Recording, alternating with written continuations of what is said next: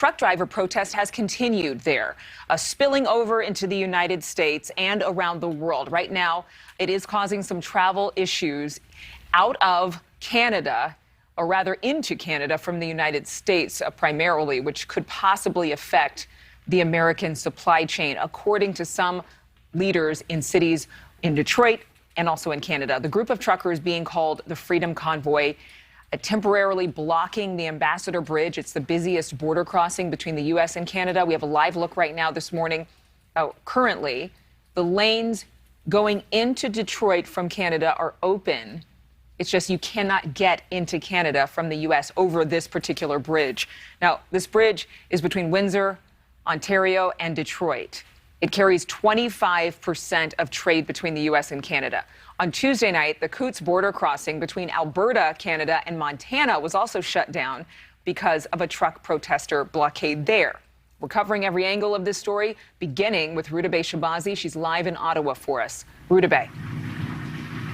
Adrienne, good morning. I am live here in the Capitol, but you mentioned it, that Coots crossing. Also, the Blue Water Bridge in Port Huron, Michigan. It's not shut down, but it has long delays because all of these trucks have to be rerouted. So this is now 3 ports of entry between Canada and the United States that we know of that is being impacted, and that could affect, as you mentioned, the supply chain. I want to show you where we are outside of Parliament here in Ottawa. This is the capital of Canada, as you know, and it is in complete gridlock. Trucks, as far as the eye can see, they've just camped out here. They say they're not leaving until their demands are met. People are bringing gas cans. They're cooking for them. They have a lot of support from protesters around Canada who are coming to join in their cause. They're protesting vaccine mandates. That's how it originally started, but it's evolved into much more, protesting all kinds of mandates, mask mandates, vaccine mandates. They say what they call government overreach, and they say they are not leaving until their demands are met. Protests against Canada's vaccine mandate shut down the busiest land crossing in North America. If you were trying to enter Canada or the U.S. on Monday or Tuesday using the Ambassador Bridge, you would have been met with walls of trailers and miles of big rigs. Even off the bridge, semi-trailers snake well onto the surface streets of Detroit and Windsor, Ontario. I've been here since yesterday. Since yesterday at I think it was noon. Yeah, I haven't left. How long will you stay? As long as it takes, I guess. By late Tuesday, the truck convoy was cleared, with traffic moving slowly. The convoy started in British Columbia, protesting the vaccine mandate for drivers entering Canada from the U.S., but has evolved into widespread expressions of discontent over mask mandates, shutdowns, and Prime Minister Justin Trudeau's leadership. The government's out of control, and we're hoping that well, we're already seeing some of the changes, but we're hoping that we could fix some of the issues that are going on that are hurting people all over the country. Prime Minister Trudeau, who just had COVID and spent a week in isolation calling out the protesters, says they're stopping Canada's economy and democracy. I'm old. I rely on my friends to sometimes visit me or bring me food. That's how I got out this morning.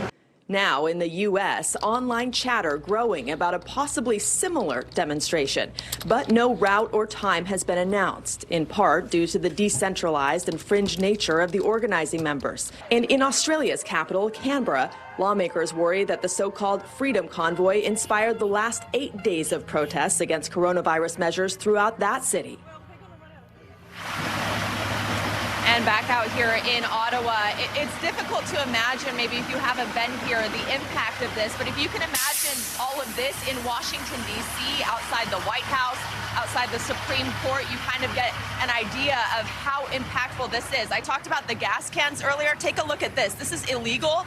No one is allowed to bring gas to these truckers because, of course, the government wants these truckers to leave. But people continue to stream in pretty blatantly, bringing the truckers gas and supplies. The government calling this an occupation, but it would take at least double the police force here in Ottawa to remove these truckers. So they are, while they're not removing them en masse, they are kind of just keeping an eye on it. But there is no telling how long this could go on, Adrienne. You make a good point. I know you and I spoke on the phone last night as you were in Ottawa, and they're getting a lot of support from local Canadians there with the fuel being brought to them and food and other supplies.